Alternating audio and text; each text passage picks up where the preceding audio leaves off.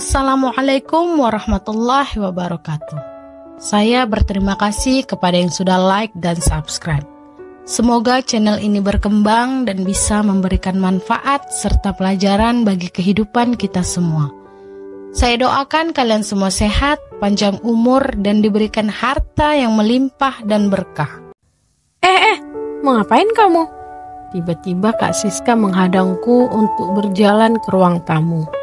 Mau antar minuman untuk tamu-tamu ibu, Kak. Halah, bilang aja kamu mau nguping sekalian cari muka. Iya kan? Sanggah Kak Sandra, kakak iparku. Cari muka terus kamu sama ibu ya.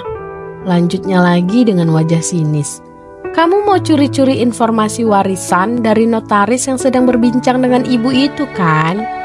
Kak Sandra melotot seraya berkacak pinggang di depanku.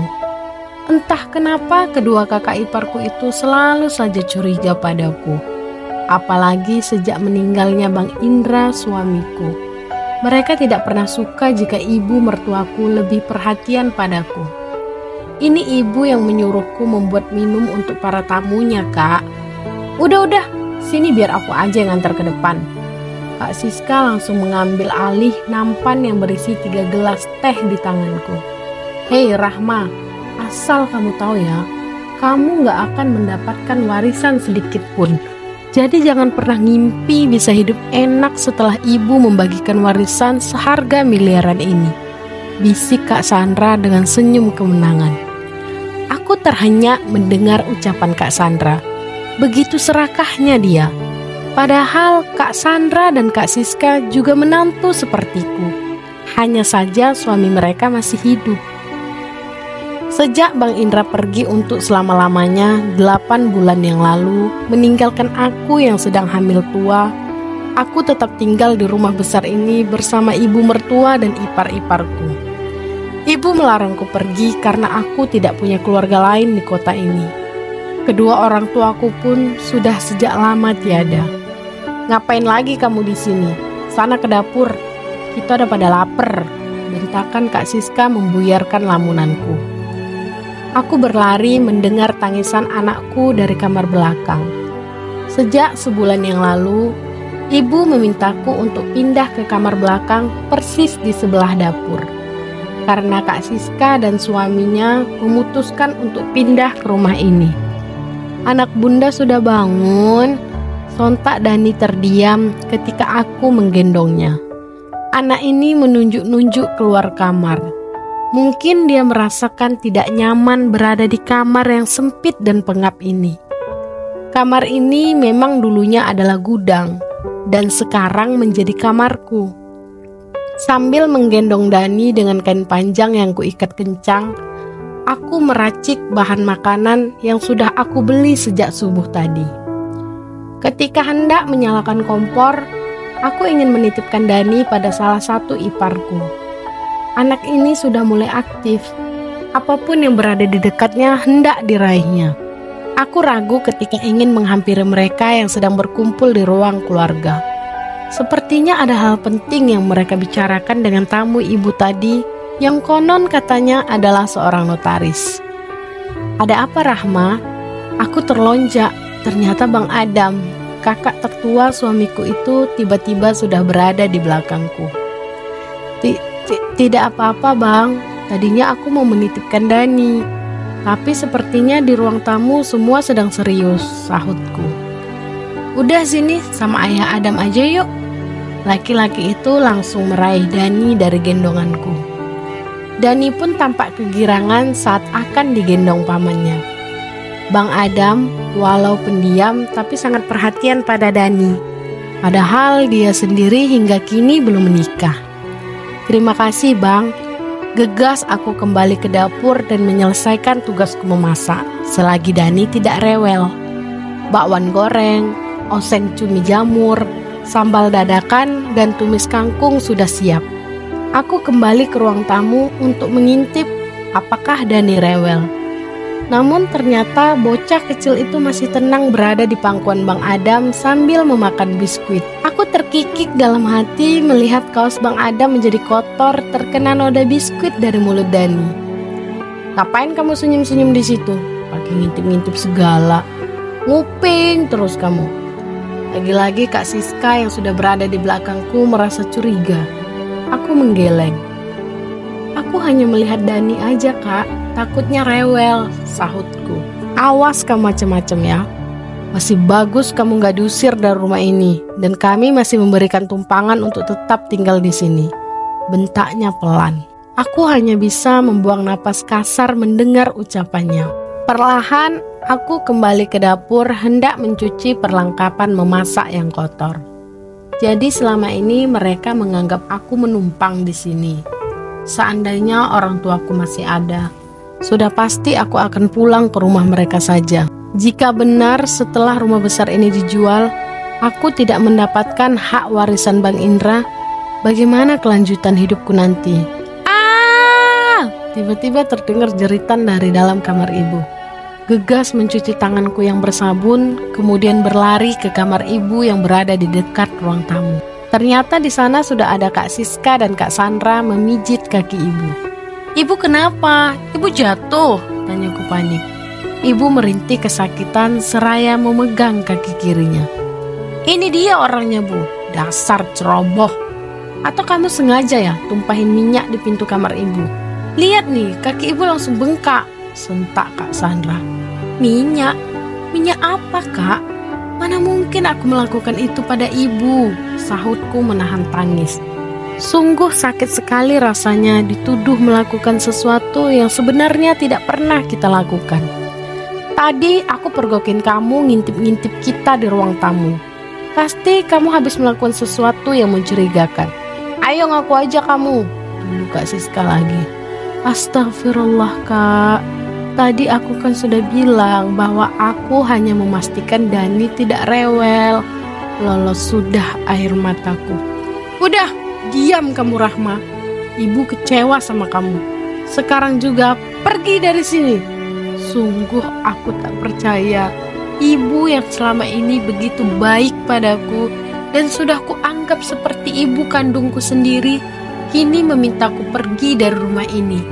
"Kamu tuli ya? Buruan beresin barang-barang kamu dan cepat pergi dari sini." Aku terlonjak ketika Bang Arman juga ikut membentakku. "Hei, ada apa ini?" Tiba-tiba Bang Adam menghampiri. "Biarkan dia pergi Bang Adam. Dia hampir saja membunuh ibumu ini," sahut Kak Sandra.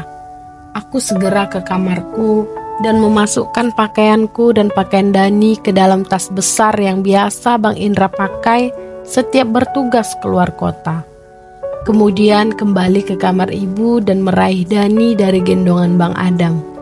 "Jangan kamu bawa cucuku," pinta ibu dengan suara bergetar.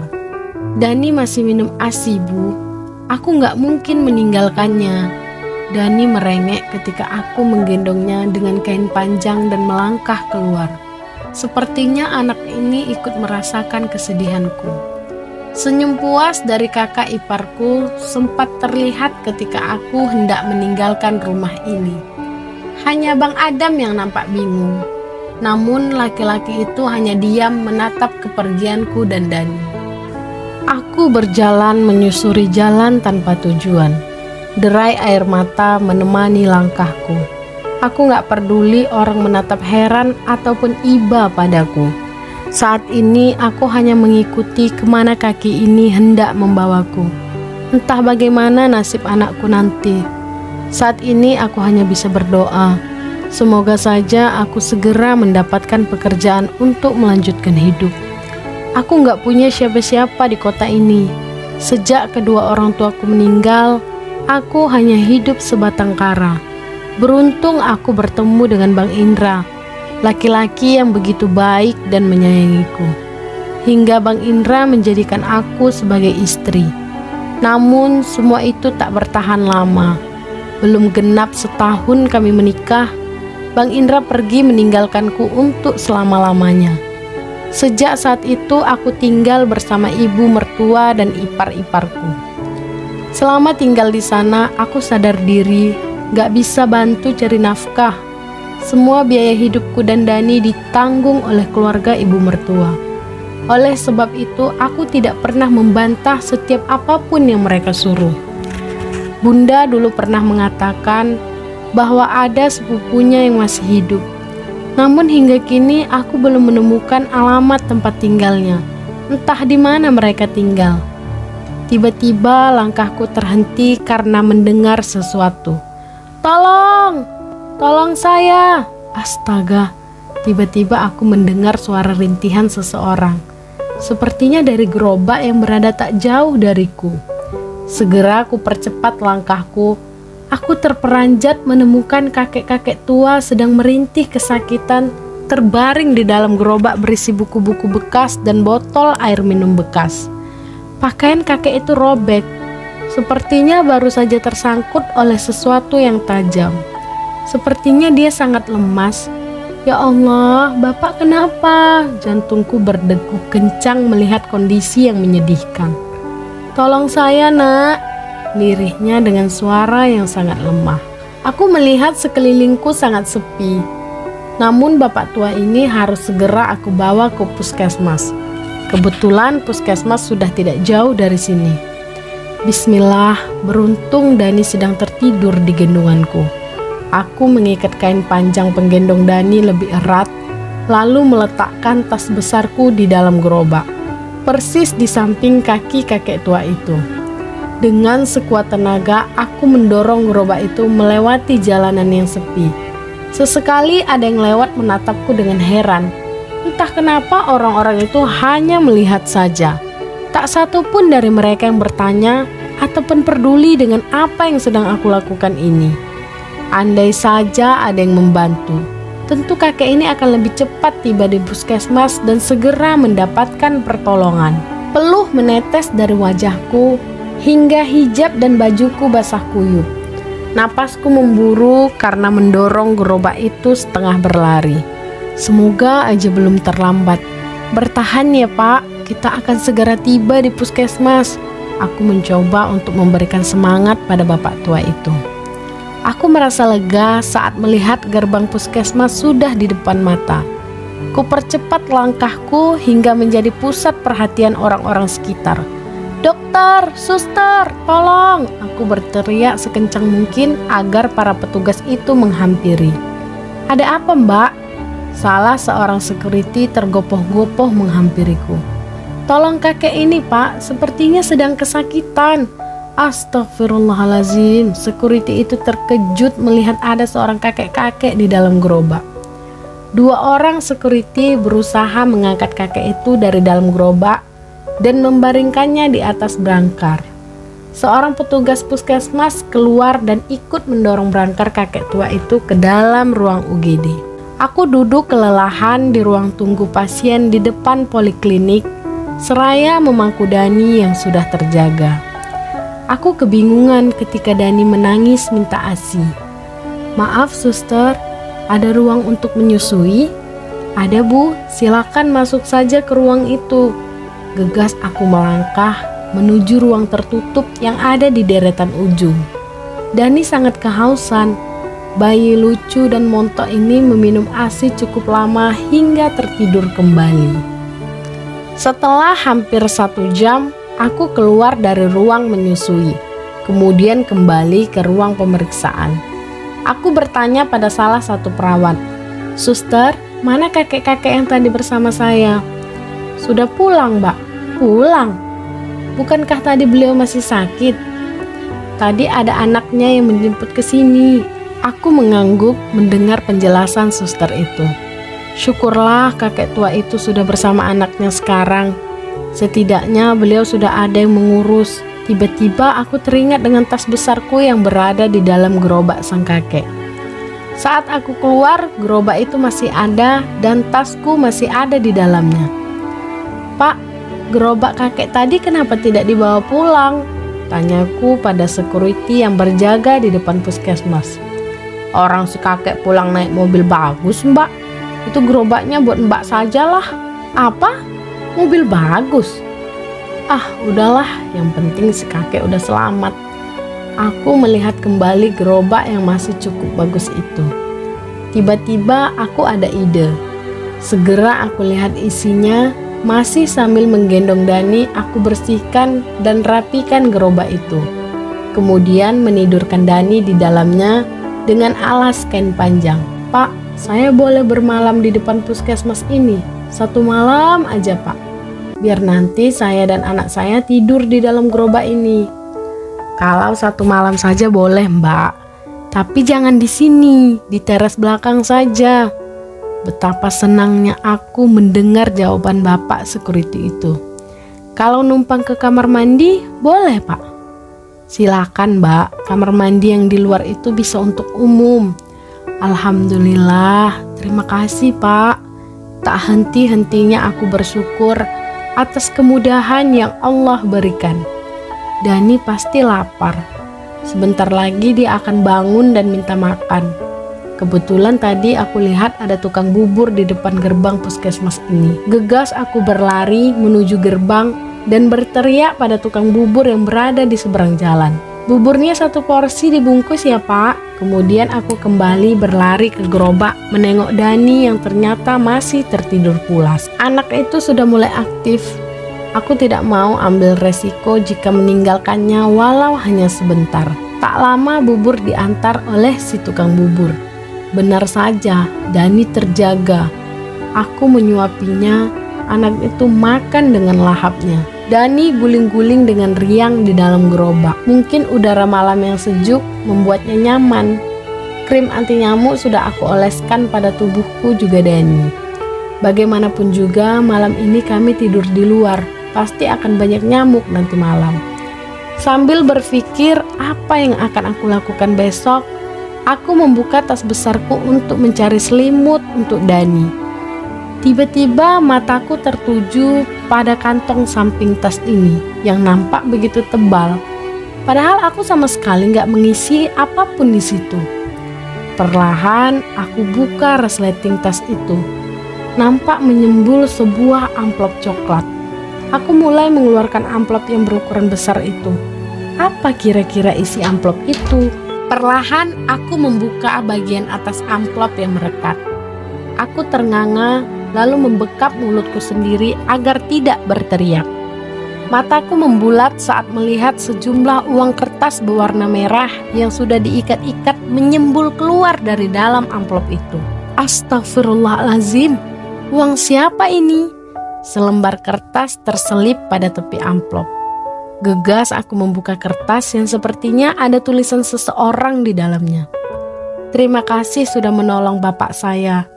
Sebagai ucapan terima kasih, gunakanlah uang di amplop ini sebaik-baiknya. Jika Anda membutuhkan sesuatu, datanglah ke kantorku. Alamatnya ada di amplop ini. Bima."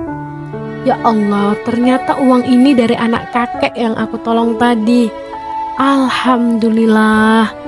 Lagi-lagi aku tak henti-hentinya bersyukur. Lebih baik uang ini aku gunakan untuk modal usaha. Mungkin akan aku gunakan untuk berdagang di sekitar sini. Aku meletakkan uang itu kembali ke dalam tas. Besok pagi aku akan mencari kontrakan dekat-dekat sini. Kebetulan harga kontrakan di sini tidak terlalu mahal. Aku akan menyewa kontrakan 1 kamar. Setidaknya cukup untuk aku berdua dengan Dani. Sebenarnya ini masih wilayah sekitar rumah ibu mertua. Tapi aku nggak tahu lagi akan pergi kemana. Biarlah untuk sementara aku tinggal di sekitar puskesmas ini. Warga yang tinggal di sekitar sini cukup ramai. Sangat pas jika aku berdagang di sini. Namun hal ini masih aku pikirkan. Sebaiknya malam ini aku tidur. Semoga besok Allah memberi petunjuk padaku. Pagi-pagi sekali Dani sudah bangun. Setelah membersihkan diri, aku dan Dani kembali berada di teras belakang sambil menunggu siang. Satu persatu karyawan puskesmas mulai berdatangan hendak menjalankan tugasnya. "Loh, Mbak Rahma, pagi-pagi kok sudah ada di sini? Siapa yang sakit?" Seorang petugas puskesmas yang kebetulan tetanggaku terheran melihat aku berada di teras belakang sambil menggendong Dani. Nggak ada yang sakit, Pak. Saya numpang menginap di sini semalam." "Apa? Nginap?" Pria parubaya itu terheran melihatku. Aku mengangguk. Apa Mbak Rahma diusir dari rumah? Tanyanya lagi seraya matanya menelisik pada tas besar yang sekarang berada di atas kursi teras ini. Aku mengangguk lemah. Kembali terasa sesak di dada ketika mengingat ibu mengusirku kemarin. Memang akhir-akhir ini, sejak ibu berencana akan menjual rumah dan semua tanah warisan almarhum ayah, ibu sering membentakku. Bahkan beberapa kali memarahiku. Padahal sebelumnya ibu begitu baik dan perhatian sekali. Mungkin ibu sedang banyak pikiran karena terus didesak oleh anak-anaknya untuk segera menjual tanah warisan ayah. Aku udah gak sabar mau naik mobil mewah. Pokoknya aku mau jalan-jalan keliling Indonesia, kuliner di setiap kota. Aku mau shopping-shopping setiap hari. Banyak sekali keinginan dari ipar-iparku itu. Terus sekarang Mbak Rahma sama Dani tinggal di mana? Pertanyaan Pak Cahya membuyarkan lamunanku. Belum tahu Pak, rencana mau cari kontrakan di dekat-dekat sini saja. Pak Cahya terdiam sejenak. Pria parubaya itu nampak berpikir.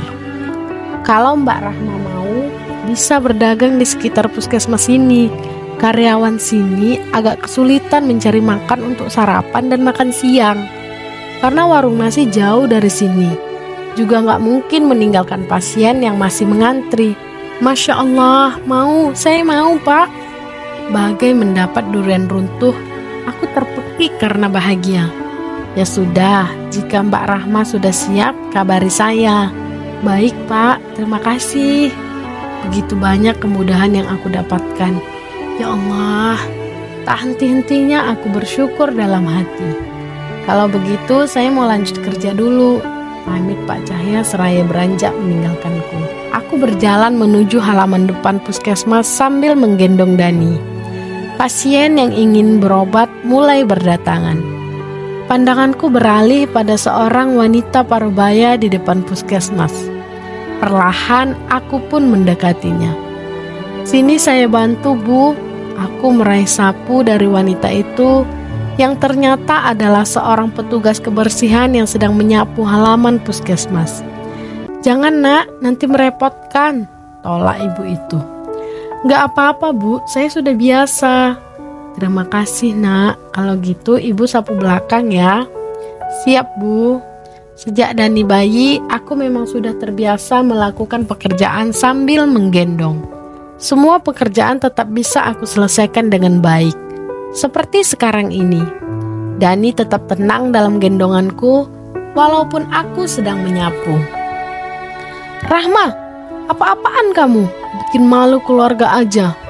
Aku terlonjak mendengar suara Kak Siska yang aku kenali. Tiba-tiba sudah ada di belakangku. Kenapa Kak? Memangnya Kak Siska peduli?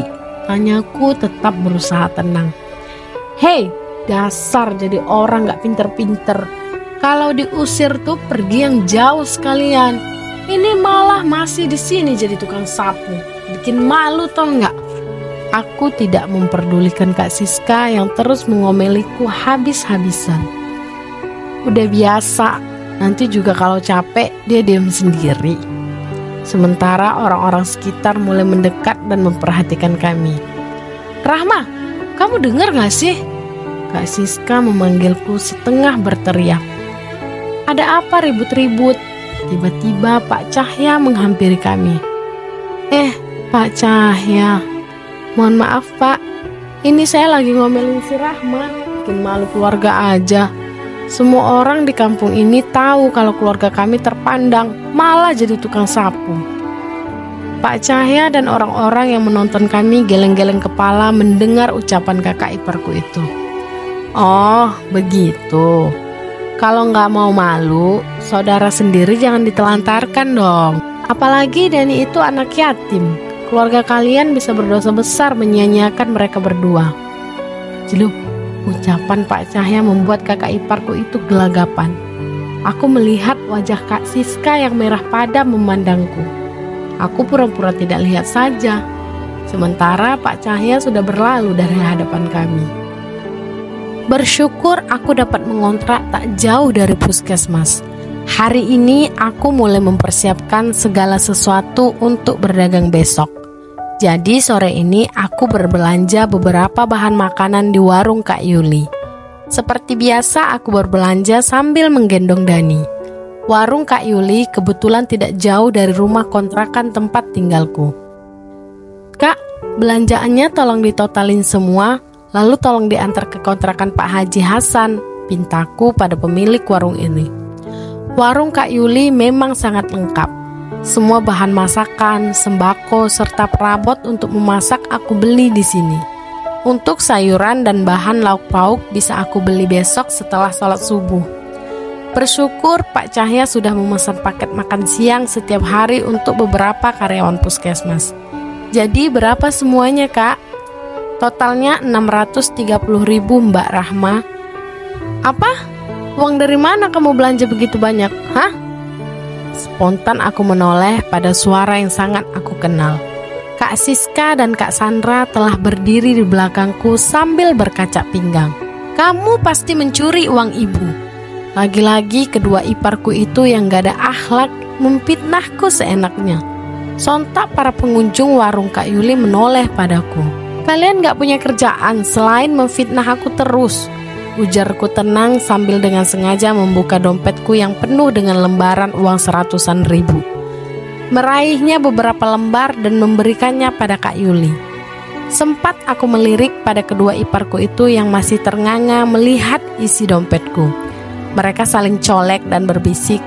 Aku tersenyum puas melihat ekspresi wajah mereka. Ini uangnya, saya tunggu barang-barangnya ya Kak, ujarku seraya menutup dompetku kembali. Tanpa menoleh lagi, kedua kakak iparku itu, aku dan Dani beranjak meninggalkan warung Kak Yuli. Sombong sekali kamu Rahma, baru punya uang segitu aja udah gak mau nengok. Tengok aja nanti kalau kita dapat warisan, kamu bakal mohon-mohon sama kami. Kamu tidak akan mendapatkan sedikit pun harta warisan dari ibu. Jadi kamu jangan pernah berharap. Terdengar teriakan Kak Siska di belakangku, disusul bisikan-bisikan mereka. Entah kenapa mereka senang sekali mempermalukan dirinya sendiri. Aku terus melangkah tanpa menoleh dan peduli pada ucapan mereka. Kamar kontrakan yang terdiri dari ruangan ini cukup untuk aku dan Dani. Semua perlengkapan memasak sudah aku pasang dan susun dengan rapi. Sebaiknya malam ini aku tidur lebih cepat. Untungnya kontrakan ini gak jauh dari puskesmas di mana tempat aku berjualan besok. Beruntungnya tukang sayur langgananku mau mengantarkan pesanan belanjaanku besok sebelum subuh. Karena biasanya selama aku tinggal di rumah ibu, si abang tukang sayur itu setiap pagi juga mengantarkan pesanan belanjaan ibu mertuaku. Pukul 6 pagi aku mulai memasak. Dani masih terlelap. Sesekali anak itu terjaga dan tidur lagi setelah ku beri ASI. Mulai dari memotong sayuran dan ikan, meracik bumbu, menggoreng, menanak nasi, dan lainnya aku kerjakan sendiri dengan cepat. Dalam hal memasak, sejak remaja memang aku hobi menciptakan menu-menu baru. Semoga saja para pembeli suka dengan masakanku. Pukul 10 pagi, semua sudah siap. Satu persatu makanan yang sudah masak, aku masukkan ke dalam gerobak dan aku susun dengan rapi agar tidak tumpah saat membawanya nanti. Seperti biasa, Dani aku gendong dengan kain panjang yang diikat kencang. Anak ini sangat mengerti dengan kesulitanku. Dani sama sekali tidak rewel. Kini saatnya aku membawa gerobak ke halaman depan puskesmas tempat aku berjualan. Bismillah, sepertinya aku mulai terbiasa mendorong gerobak ini sendiri sambil menggendong Dani. Suatu saat nanti aku akan berterima kasih pada kakek pemilik gerobak ini. Sebuah meja berukuran kurang lebih 1 meter dipinjamkan Pak Cahya kepadaku. Beliau dan istrinya memang sangat baik. Semua masakan sudah aku susun. Pesanan catering makan siang karyawan puskesmas juga sudah aku antar. Dani terkadang rewel, namun sebentar kemudian tenang lagi. Banyak pasien yang membeli daganganku sambil menunggu nomor antriannya dipanggil. Mbak Rahma, mau nasi ramesnya 3 bungkus ya? Aku mau juga Mbak 3 bungkus. Saya makan di sini 2 piring Mbak Rahma. Semakin siang puskesmas ramai oleh pasien. Daganganku pun semakin ramai pembeli yang rata-rata adalah warga kampung sini, sudah mengenal baik denganku. "Rahma? Bang Adam?" Aku terperanjat saat tiba-tiba Bang Adam berada di antara pembeli. Tiba-tiba Dani mendadak rewel setelah melihat pamannya. Sepertinya dia ingin minta gendong dengan Bang Adam. "Hai Dani, yuk sini sama ayah Adam." Laki-laki itu meraih Dani dari gendonganku. Bocah itu nampak kegirangan. Aku masih terus melayani pembeli yang tak henti-hentinya datang. Sementara Dani masih tenang digendong oleh Bang Adam. Setelah pembeli mulai sepi, aku menyendokkan sepiring nasi serta lauk pauk kesukaan abang iparku itu. Walau laki-laki itu sangat pendiam, aku sangat tahu makanan apa yang disukai olehnya. "Makan dulu bang, sini Dani sama bunda lagi." Aku meraih Dani kembali. "Masakan kamu memang tiada duanya Rahma. Sejak kamu pergi, masakan di rumah sering bersisa banyak dan terbuang. Kami mendadak tidak nafsu makan karena rasanya yang kurang pas."